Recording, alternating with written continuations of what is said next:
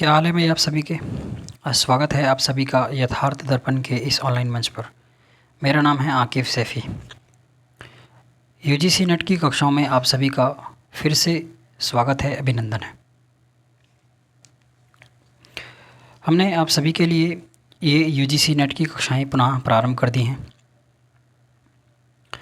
जो भी विद्यार्थी या जो भी तैयारी करने वाले छात्र इन कक्षाओं का लाभ लेना चाहते हैं वो इस चैनल से जुड़ सकते हैं, इसको सब्सक्राइब कर सकते हैं। और यदि आपको लगता है कि ये जो कक्षाएं हैं वो महत्वपूर्ण हैं या आगामी आने वाली जो कक्षाएं हैं वो हम सब के लिए लाभप्रद होंगी, तो आप इन कक्षाओं को अपने मित्रों तक शेयर कर दें ताकि वे लोग भी इन कक्षाओं का लाभ ले पाएँ। चलिए हम इन कक्षाओं को पुनः प्रारंभ करते हैं। कैसे पढ़ना है उसका थोड़ा सा यहाँ पर एक रूपरेखा है, इसको आप देख लेंगे तो चीज़ें समझने में आसानी होंगी। देखिए यहाँ पर इसको एक पीडीएफ के रूप में बनाया गया है। कुछ चीज़ें पिछली जो कक्षाएं हुई हैं वहाँ से ली गई हैं, पीछे की जो पीडीएफ थी उससे कुछ चीज़ों को लिया है, और कुछ चीज़ें इसमें ऐसी हैं जो पीछे की कक्षाओं में छूट गई थी, जो आगामी प्रश्न पत्रों में उससे बनने वाले सवालों को देखा गया था, प्रश्नों को देखा गया था। तो उन सब चीज़ों को भी इन कक्षाओं में जोड़ दिया गया है, या इस पीडीएफ में हमने उसको ऐड कर दिया है। तो क्या रूपरेखा होने वाली है वो यहाँ पर आप देख सकते हैं। देखिए हमने टारगेट रखा है ये जो जीडीसी वाला एग्ज़ाम होता है हमारा, गवर्नमेंट डिग्री कॉलेज वाला जो एग्ज़ाम होता है प्रोफेसर वाला, तो उसमें ये वाला पाठ्यक्रम दिया हुआ है। फर्स्ट यूनिट जो है उसमें जो पहली इकाई है उसमें ये पाठ्यक्रम है। वैदिक साहित्य यहाँ पर लिखा हुआ है, और वैदिक साहित्य में फिर वैदिक साहित्य का सामान्य परिचय है, वेदों का काल है, जिसमें वेदों का काल हमें अलग अलग जो विद्वान हुए हैं उनके अनुसार पढ़ना है। जैसे मैक्स मूलर हैं, ए बेवर हैं, जेकोबी हैं, बाल गंगाधर तिलक हैं, है नी, फिर एम विंटरनिस्ट हैं, और फिर जो भारतीय परंपरागत विचार हैं उनको पढ़ना है। वेदों का काल अलग अलग जो विद्वान हैं वो अलग अलग अपना मत देते हैं। मैक्स मूलर का अपना अलग मत है, बेवर है, इनका अलग मत है। और जो भारतीय परंपरागत विचार हैं वो क्या वेदों के विषय में अपनी मान्यताएं रखते हैं, इन सब का अध्ययन हमें करना है। इसके अलावा फिर यहाँ पर संहिता साहित्य एक विषय है, ये लगाया गया है। ब्राह्मण साहित्य है और फिर आरण्यक साहित्य है। इतना जब हम पढ़ लेते हैं तो यह जो हमारी इकाई है ये पूरी हो जाती है। और जितना इस पीडीएफ के अंदर संग्रहित किया गया है वो मोर देन इनफ है आने वाले किसी भी कॉम्पिटिटिव एग्ज़ाम के लिए। तो आप सभी से मैं कहना चाहूँगा कि इन कक्षाओं को अपने मित्रों तक ज़रूर शेयर करें ताकि वे विद्यार्थी भी इन कक्षाओं का लाभ ले पाएँ। तो चलिए शुरू करते हैं। इसमें सबसे पहले हमें वैदिक साहित्य को पढ़ना है। देखिए जब हम वैदिक वाङ्मय की बात करते हैं, मैं थोड़ा सा इसको बड़ा कर लेता हूँ।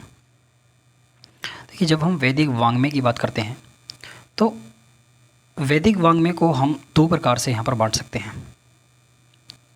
दो प्रकार से कैसे बांट सकते हैं? पहला जो प्रकार है वो है कर्मकांड और दूसरा है ज्ञानकांड। तो कर्मकांड और ज्ञानकांड की दृष्टि से हम वैदिक वाङ्मय को दो भागों में बांट सकते हैं। अब क्या है कर्मकांड और क्या है ज्ञानकांड? तो देखिए वेदों में यज्ञिक कर्मकांड से संबंधित मंत्र हैं। जो वेद है उसमें क्या है, जो वैदिक कर्मकांड है, सॉरी जो यज्ञिक कर्मकांड है, यज्ञ कब करना है, कैसे करना है, कहाँ करना है, कितने उसमें ऋत्विज की आवश्यकता होगी, उन मंत्रों का पाठ करने वाला कौन होगा, पुरोहित कौन होगा, या कौन सा यज्ञ कब किया जाएगा, दर्श पूर्णमास यज्ञ, और विभिन्न प्रकार के जो यज्ञ मीमांसा में यज्ञों की चर्चा है, हमारे पाठ्यक्रम में भी है, उसको भी हम पढ़ेंगे। तो ये जो यज्ञ का पूरा कर्मकांड है इससे संबंधित जो हैं वो वेद हैं। तो वेदों में क्या है, वेदों में कर्मकांड से संबंधित जो मंत्र हैं उन मंत्रों का संग्रह दिया गया है।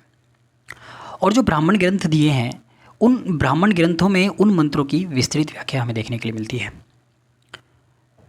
तो जब हम कर्मकांड की बात करते हैं तो कर्मकांड में दो चीज़ें आ गई, पहला वेद और दूसरा ब्राह्मण ग्रंथ। कर्मकांड के अंतर्गत क्या क्या आया? कर्मकांड के अंतर्गत आया वेद और दूसरा ब्राह्मण ग्रंथ। वेद में क्या है? वेद में यज्ञिक क्रियाकलाप के जो मंत्र हैं वो दिए गए हैं, और ब्राह्मण ग्रंथों में क्या दिया है? ब्राह्मण ग्रंथों में उन मंत्रों की जो विस्तृत व्याख्या है वो दी गई है। भाई जो वेद हैं वो एक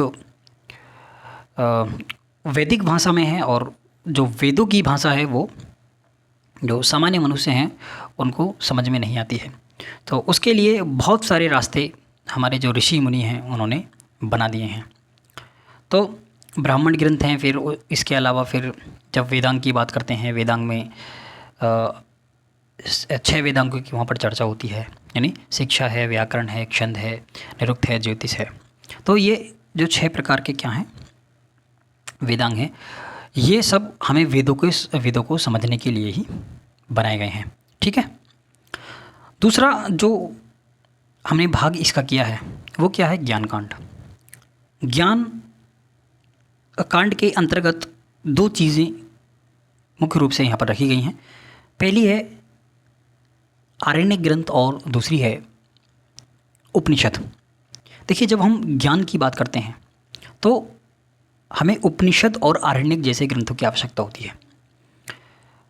जब हम स्पिरिचुअलिटी की तरफ जाते हैं, अध्यात्म की तरफ जाते हैं, देखिए ये जो कर्मकांड था या हाँ जो पहले कर्मकांड था उसके लिए वेद थे, ब्राह्मण ग्रंथ थे, और देखिए वेद हो गए और ब्राह्मण ग्रंथ हो गए, तो यज्ञ याग इत्यादि का जो पूरा प्रपंच था वो तो चल रहा था, लेकिन फिर लोगों को अध्यात्म की आवश्यकता हुई।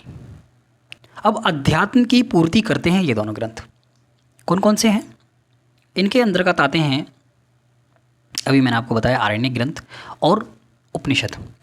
इनके अंदर ज्ञान है सिर्फ, और किस तरह का ज्ञान है? जब हम ईशावास्य उपनिषद पढ़ते हैं या अन्य किसी उपनिषद को उठाते हैं तो हमें वहाँ पर कुछ कहने की आवश्यकता नहीं होती है। ठीक है। तो ये क्या हुआ यहाँ पर, इसका द्विधा विभाजन हो गया। आपको मुझे लगता है ये जो विषय है समझ में आया होगा। तो देखिए यहाँ पर एक बार इसको पढ़ लेते हैं, इसमें क्या लिखा गया है। पढ़ लेंगे तो हमें थोड़ा समझने में आसानी होगी। देखिए, वैदिक वाङ्मय का द्विधा विभाजन। वर्ण विषय की दृष्टि से समस्त वैदिक वाङ्मय को हम दो भागों में बांट सकते हैं। पहला है कर्मकांड और दूसरा है ज्ञानकांड। यही मैंने आपको बताया है, और वेदों और ब्राह्मण ग्रंथों को कर्मकांड के अंतर्गत रखा जाता है। वेद और ब्राह्मण, ये याद रखना आप, कर्मकांड के अंतर्गत रखा जाता है किसको? वेद को और ब्राह्मण को।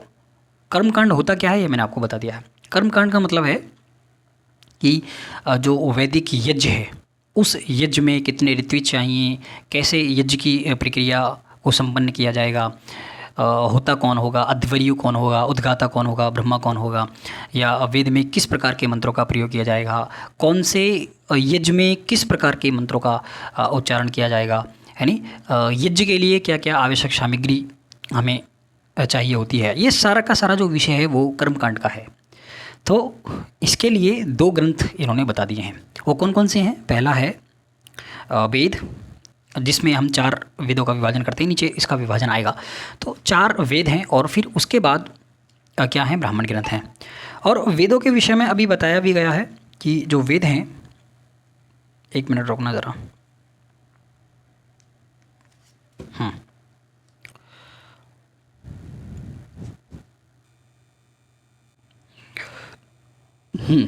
हम कह रहे थे कि जो वेद हैं उन वेदों में क्या है, यज्ञ से संबंधित जो कर्मकांड होता है, और उस कर्मकांड में कौन कौन से मंत्रों का प्रयोग किया जाएगा, ये सब का सब हमें कहाँ मिलता है? वेद में मिल जाता है।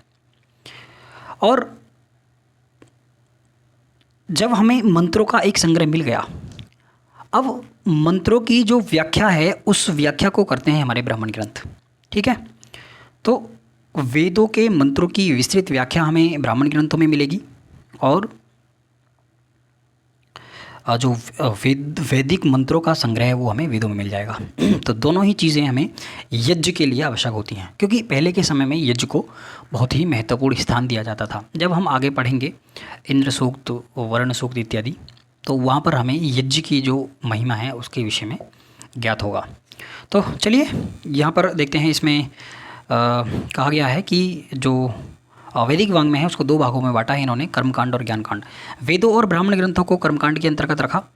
क्यों रखा? क्योंकि इनमें विविध यज्ञों के कर्मकांड की पूरी प्रक्रिया दी गई है। ठीक है, वेदों में यज्ञिक कर्मकांड से संबंधित मंत्र बताए गए हैं और ब्राह्मण ग्रंथ जो हैं उनमें उनकी विस्तृत व्याख्या हमें मिलती है। अब ज्ञानकांड, दूसरा जो हमने विभाजन किया था ज्ञानकांड, उस ज्ञानकांड के अंतर्गत क्या आता है? उस ज्ञानकांड के अंतर्गत आते हैं आरण्यक ग्रंथ और उपनिषद। आरण्यक ग्रंथों में यज्ञिक क्रियाकलाप की आध्यात्मिक एवं दार्शनिक व्याख्या प्रस्तुत की गई है। कैसी व्याख्या है इनके अंतर्गत? इनके अंतर्गत है दार्शनिक, देखने का नज़रिया, और आध्यात्मिक यानी स्पिरिचुअलिटी। इन दोनों की क्या है? विस्तृत व्याख्या हमें वहाँ पर देखने के लिए मिलती है। ठीक है, अब इसी आध्यात्मिक व्याख्या को आधार बनाकर जो उपनिषद हैं उनकी सृष्टि की गई है। उपनिषदों में आध्यात्मिक और दार्शनिक तत्वों की समीक्षा की गई है। इसमें ब्रह्म, ईश्वर, जीव, प्रकृति, मोक्ष आदि का जो विशद वर्णन हमें वहाँ पर देखने के लिए मिलता है। इसीलिए आरण्यक और उपनिषदों को ज्ञानकांड कहा गया है।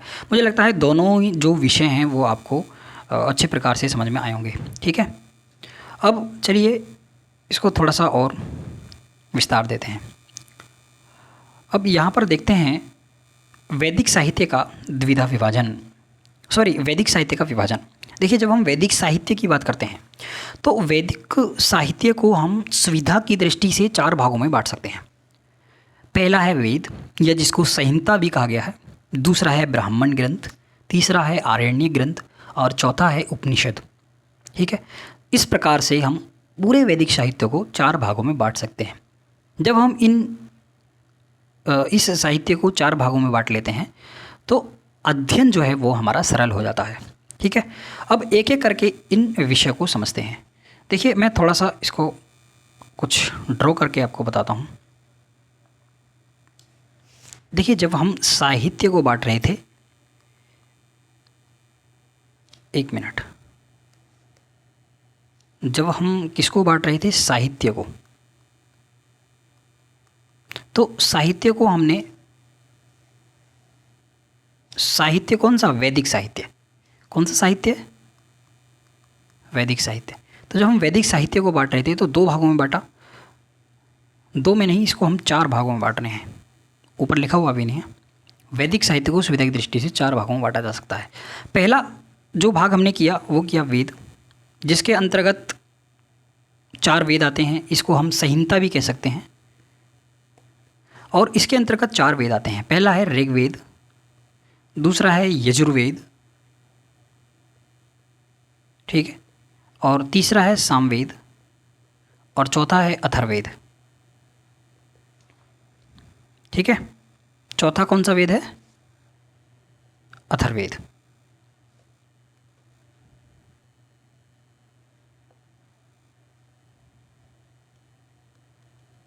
जी, बैक नहीं हो रहा है तो जी, अथर्ववेद। ये 4 वेद हमें देखने के लिए मिलते हैं। अब जो इसका दूसरा पार्ट है, इसमें आते हैं हमारे ब्राह्मण ग्रंथ। क्या आते हैं? ब्राह्मण ग्रंथ। अब चूँकि मैंने आपको बताया ब्राह्मण ग्रंथों में इन्हीं वेदों की विस्तृत व्याख्या है, तो ऋग्वेद के कुछ ब्राह्मण ग्रंथ हमें प्राप्त होंगे, यजुर्वेद के कुछ हमें ब्राह्मण ग्रंथ प्राप्त होंगे, सामवेद के कुछ ब्राह्मण ग्रंथ हमें प्राप्त होंगे, और अथर्ववेद के भी हमें कुछ ब्राह्मण ग्रंथ प्राप्त होंगे, जिन ब्राह्मण ग्रंथों में इन वेदों की हमें क्या विस्तृत व्याख्या देखने के लिए मिलेगी। ठीक है, इतनी बात समझ में आई। इसके अलावा हमें आरण्यक ग्रंथ प्राप्त होते हैं। आरण्यक ग्रंथ प्राप्त होते हैं तो ऋग्वेद के कुछ आरण्यक ग्रंथ हैं, यजुर्वेद के कुछ आरण्यक ग्रंथ हैं, सामवेद के कुछ आरण्यक ग्रंथ हैं, और फिर अथर्ववेद के भी कुछ आरण्यक ग्रंथ प्राप्त होते हैं। इसके अलावा फिर हमें उपनिषद प्राप्त होते हैं। क्या प्राप्त होते हैं? उपनिषद प्राप्त होते हैं। तो उसी प्रकार से ऋग्वेद के कुछ उपनिषद हैं, यजुर्वेद के कुछ उपनिषद हैं, सामवेद के कुछ उपनिषद हैं, और फिर अथर्ववेद के भी कुछ उपनिषद हमें प्राप्त होते हैं। यदि मैं इनकी संख्या की बात करूं तो वैदिक संहिता में या जो वेद हैं उनकी संख्या यहाँ पर हमें 4 देखने के लिए मिलती है। 7 ब्राह्मण ग्रंथ हमें देखने के लिए मिलते हैं। 18 ब्राह्मण ग्रंथ, 7 नहीं है, कितने हैं? 18 ब्राह्मण ग्रंथ हैं। 18 ब्राह्मण ग्रंथ देखने के लिए मिलते हैं, 7 आरण्यक ग्रंथ देखने के लिए मिलते हैं और 108 उपनिषदों की संख्या हमें देखने के लिए मिलती है। अब अलग अलग वेद के अलग अलग ब्राह्मण ग्रंथ हैं, आरण्यक ग्रंथ हैं और उपनिषद हैं और उनकी संख्या भी अलग अलग है। तो इसकी चर्चा हम आपसे आगे करेंगे। तो चलिए, आपको इतनी चीज़ें समझ में आई होंगी। इसके अलावा सबसे पहले जब हम वैदिक साहित्य की बात कर रहे हैं तो वैदिक साहित्य में सबसे पहले हमने बात की आपसे किसकी? वेद की। तो जब हम सबसे पहले वेद की बात करते हैं तो सबसे पहले हमारे मन में यही सवाल आना चाहिए कि वेद क्या है? क्या है वेद? तो वेद के विषय में यहाँ पर हमें बहुत सारी चीज़ें जानने के लिए मिलती हैं। देखिए, जब हम वेद की बात करते हैं तो वेद शब्द की व्युत्पत्ति की बात करेंगे। सबसे पहले वेद शब्द की व्युत्पत्ति क्या है, कैसे हम वेद को बना सकते हैं। तो वेद शब्द की जो व्युत्पत्ति है वो कैसे हुई है, यहाँ पर बताया गया है। इसमें कहा है कि वेद शब्द ज्ञानार्थक एक धातु है। विद, विद कैसी धातु है? ज्ञानार्थक धातु है। अब इस ज्ञानार्थक धातु विद से घय प्रत्यय करते हैं, घय प्रत्यय, तो हमें क्या प्राप्त होता है? वेद शब्द प्राप्त होता है। ठीक है, और इसका मतलब क्या है? इसका मतलब है ज्ञान। वेद का मतलब सीधा सीधा होता है ज्ञान। इसीलिए वेद शब्द का अर्थ होता है ज्ञान की राशि या ज्ञान का संग्रह ग्रंथ, अर्थात जिस ग्रंथ के अंतर्गत ज्ञान है, ज्ञान का संग्रह है, ऐसे ग्रंथों को वेद कहा गया है। ठीक है, संस्कृत व्याकरण के अनुसार वेद शब्द 4 धातुओं से विभिन्न अर्थों में बनता है। वो 4 धातुएं कौन कौन सी हैं यहाँ पर बताया गया है। देखिए, सत्तायाम विद्यते ज्ञाने, वेत्ति विनते विचाराणे, विदन्ति विदन्ते प्राप्तौ, शयन लुक सृणम शेष्व इदम क्रमात्। यहाँ पर क्रम से इन्होंने ये 4 धातुएं बताई हैं। वो 4 धातुएं कौन कौन सी हैं? तो पहली है विद, सत्तायाम, शयन, पहला प्रत्यय बताया था शयन, ये वाला, और होना, दिवादिगढ़ की धातु है ये वाली।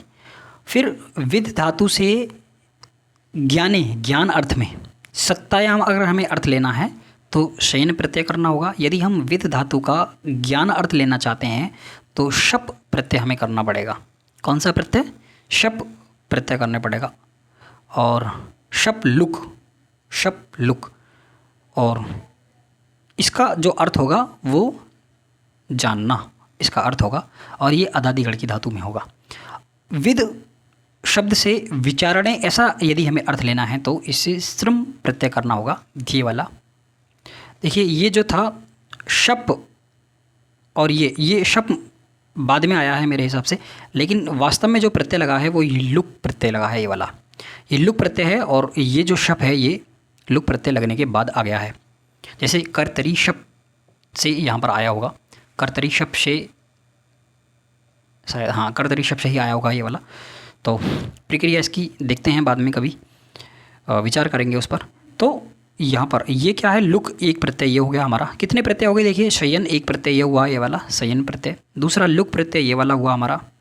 और तीसरा श्रम, श्रम, ये श्रम प्रत्यय हुआ। जब हम विद शब्द का या वेद शब्द का विचारणे ऐसा अर्थ लेते हैं तो हमें श्रम प्रत्यय लगाना होता है, और इसका अर्थ होता है, और इसका जो अर्थ बनेगा वो विचारना, और ये रुदादिगण की धातु से बनेगा।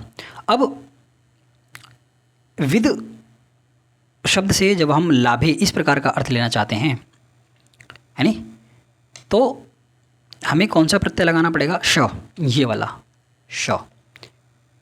ठीक है, ये प्रत्यय लगाना पड़ेगा। तो इससे जो हमें अर्थ प्राप्त होगा वो होगा प्राप्त करना, और ये तुदादिगण की धातु में होगा। अच्छा, ये चारों हुए, इनसे हमने अलग अलग प्रत्यय लगाया, लेकिन जो शब्द है वो वेद ही बनेगा। इससे भी वेद ही बनेगा, इससे भी वेद बनेगा, इससे भी वेद ही शब्द बनेगा, और इससे भी वेद ही शब्द बनेगा। बस हमें प्रत्यय बदलना है और उस वेद का अर्थ भी बदल जाएगा। अगर हमने शयन प्रत्यय लगा करके वेद शब्द बनाया है तो इसका अर्थ होगा होना। अगर हमने लुक प्रत्यय लगा करके वेद शब्द बनाया है तो इसका अर्थ होगा जानना। अगर हमने श्रम प्रत्यय लगा करके वेद शब्द को बनाया है तो इसका अर्थ होगा विचारना। और यदि हमने श इस प्रकार का प्रत्यय लगा करके वेद शब्द बनाया है तो इसका अर्थ होगा प्राप्त करना। समझ में आ रहा है? तो ये 4 प्रकार से होता है। तो इतनी चीज़ें आप सभी को समझ में आई। अब ये जो हमने किया था अभी, देखिए ये जो किया था अभी, ब्राह्मण ग्रंथ, आरण्य ग्रंथ, उपनिषद, तो यहाँ पर आप इसका चार्ट देख सकते हैं। एक बार मैंने आपको बस देखने के लिए बनाया था, वैसे तो नीचे मैंने इसको फिर से लगाया है, लेकिन समझने के लिए हम इसको यहाँ पर देख सकते हैं। देखिए यहाँ पर वेद जो हैं, वेद की संख्या यहाँ पर 4 दी गई है, मैंने ऊपर आपको बताया भी था। 18 ब्राह्मण ग्रंथ हैं, ये ब गलत हो गया है यहाँ पर, वो लगा लेना। और 7 आरण्य ग्रंथ हैं और 108 उपनिषद हैं। अब जो ऋग्वेद है उसके जो ब्राह्मण ग्रंथ हमें प्राप्त होते हैं ऐतरेय और कौशिकी। कौशिकी को हम शाखायन ब्राह्मण भी कहते हैं, अलग इसका नाम है, अलग नाम नहीं है, ये इसी का ही पर्याय है। तो कौशिकी कहिए, शाखायन कहिए, एक ही बात है। तो 2 ही ब्राह्मण ग्रंथ हमें ऋग्वेद के प्राप्त होते हैं और 2 ही आरण्य ग्रंथ हमें ऋग्वेद के प्राप्त होते हैं। और यहाँ पर ये 3 लिखे हुए हैं शायद, ऐतरेय, कौशिकी और वास्कल, ये 3 हमें जो उपनिषद हैं ये हमें ऋग्वेद के प्राप्त होते हैं। तो इतनी चीज़ें समझ में आई। ऋग्वेद के कुल 10 उपनिषद हमें प्राप्त होते हैं, ये ध्यान रखना। इसके बाद जब हम शुक्ल यजुर्वेद की बात करते हैं तो शुक्ल यजुर्वेद का जो ब्राह्मण ग्रंथ है वो केवल एक ही ब्राह्मण ग्रंथ है जिसका नाम है शतपथ ब्राह्मण। और एक आरण्य ग्रंथ प्राप्त होता है हमें बृहदारण्यक ब्राह्मण, और ईश और बृहदारण्यक, ये 2 उपनिषद हमें प्राप्त होते हैं। मतलब मुख्य रूप से ये 2 ही हैं, वरना इनकी जो संख्या है वो 16 है। कितनी संख्या है? शुक्ल यजुर्वेद के कितने ब्राह्मण ग्रंथ हमें प्राप्त होते हैं? 16। दूसरा आता है कृष्ण यजुर्वेद। आपके मन में सवाल आ रहा होगा कि अभी आपने 4 वेदों की संख्या बताई है, लेकिन यहाँ पर आपने 1 2 3 4 5 वेदों को लिखा हुआ है। तो ये असल में ये जो है ये यजुर्वेद ही है, सॉरी ये जो है वो कौन सा वेद है? यजुर्वेद है, ठीक है। ये जो यजुर्वेद है इसको यहाँ पर 2 भागों में इन्होंने बांट दिया है, शुक्ल यजुर्वेद और कृष्ण यजुर्वेद। आगे इसका विभाजन भी है, उसको हम पढ़ेंगे। तो शुक्ल यजुर्वेद और कृष्ण यजुर्वेद की दृष्टि से ये जो यजुर्वेद है ये 2 भागों में बढ़ जाता है, इसीलिए यहाँ पर इसके 2 भाग हमें देखने के लिए मिलते हैं। तो ये आपने देखा कृष्ण यजुर्वेद की जब हम बात करते हैं तो इसके ब्राह्मण ग्रंथ हमें प्राप्त होते हैं, जैसे तैत्तिरीय है, मैत्राणी है, कट, कपिष्टल है। ये इसकी शाखाएँ भी हैं, तैत्तिरीय, मैत्राणी, कट, कपिष्टल, ये इसकी शाखाएँ भी हैं और ये ही इसके ब्राह्मण ग्रंथ भी हमें प्राप्त होते हैं। तैत्तिरीय और मैत्राणी ये हमें इसके आरण्य ग्रंथ प्राप्त होते हैं, और भी होंगे, और ये ब्राह्मण ग्रंथ है नहीं। इसके अलावा तैत्तिरीय, कट, श्वेता, श्वेतर, मैत्राणी और महानारायण मुख्य रूप से यही हैं, पूछे यही जाते हैं, तो आप इनको याद कर लेना। और जब हम कृष्ण यजुर्वेद के उपनिषदों की बात करते हैं तो उनकी संख्या हमें 32 देखने के लिए मिलती है। सामवेद की जब हम बात करते हैं तो इसमें कौथमीय शाखा से है शायद ये, सामवेद की कौथमीय शाखा है, हाँ, तो कौथमीय शाखा से है ये। तांगे ब्राह्मण है, इसको पंचविश या प्राण ब्राह्मण भी कहते हैं, षड्विश है ब्राह्मण है, अद्भुत ब्राह्मण भी कहा गया है इसको।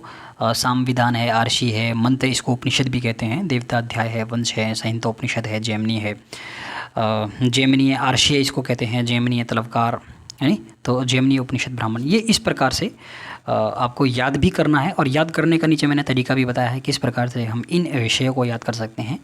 ये तो मैंने आपको समझाने के लिए एक चार्ट रूप में बना दिया है, लेकिन इसको हम याद भी करेंगे नीचे।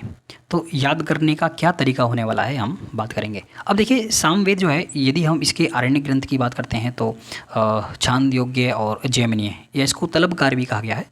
तो ये 2 आरण्य हमें मुख्य रूप से प्राप्त होते हैं। इसके अलावा उपनिषद की संख्या, सामवेद के उपनिषदों की संख्या 19 है, और छांदोग्य और केन मुख्य रूप से 2 उपनिषद हमें इसके प्राप्त होते हैं। जब हम अथर्ववेद की बात करते हैं तो गोपथ, ये इसका ब्राह्मण ग्रंथ है गोपथ, और कोई भी इसका आरण्य ग्रंथ प्राप्त नहीं होता है। प्रश्न बन सकता है यहाँ से, ऐसा कौन सा वेद है जिसका हमें आरण्य ग्रंथ प्राप्त नहीं होता है? तो आप सीधा सीधा बता सकते हैं कि जो अथर्ववेद है उसका हमें आरण्य ग्रंथ प्राप्त नहीं होता है। इसके अलावा यदि हम उपनिषद की बात करें तो मुंडक, मांडुक्य और प्रश्न, ये मुख्य रूप से 3 उपनिषद हमें प्राप्त होते हैं। लेकिन यदि आपसे पूछा जाए कि अथर्ववेद में उपनिषदों की संख्या कितनी है तो आपको बताना है कि 31 उपनिषद हमें अथर्ववेद के प्राप्त होते हैं, ठीक है। यानी इसकी जो संख्या है वो 31 है, और मुख्य रूप से मुंडक मांडुक्य और प्रश्न।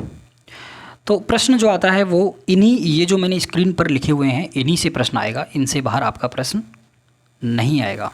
तो चलिए, इतनी सारी चीज़ें हमें जाननी थी और हमने जान ली हैं। इसके अलावा फिर और कुछ देखते हैं यहाँ पर। फिर हम देखिए, जब हमने वेद शब्द की बात की, यहाँ पर वेद शब्द बनाया, हाँ यहाँ पर हमने व्युत्पत्ति की बात की, वेद कैसे बन सकता है, तो हमने बताया 4 अलग अलग धातुओं से, 4 अलग अलग प्रत्यय लगा करके हमने वेद धातु से वेद शब्द को बना दिया है। अब वेद शब्द को हमने बना तो दिया, लेकिन वेद शब्द की परिभाषा क्या है, वेद किसे कहते हैं, ये अभी हमें पता नहीं चला है। तो यहाँ से जान लेंगे। देखिए, वेद की परिभाषा, अलग अलग विद्वान अलग अलग अपने मत प्रस्तुत करते हैं, ठीक है, और वेद की परिभाषा देते हैं। यहाँ पर स्क्रीन नहीं आ रही है मेरी।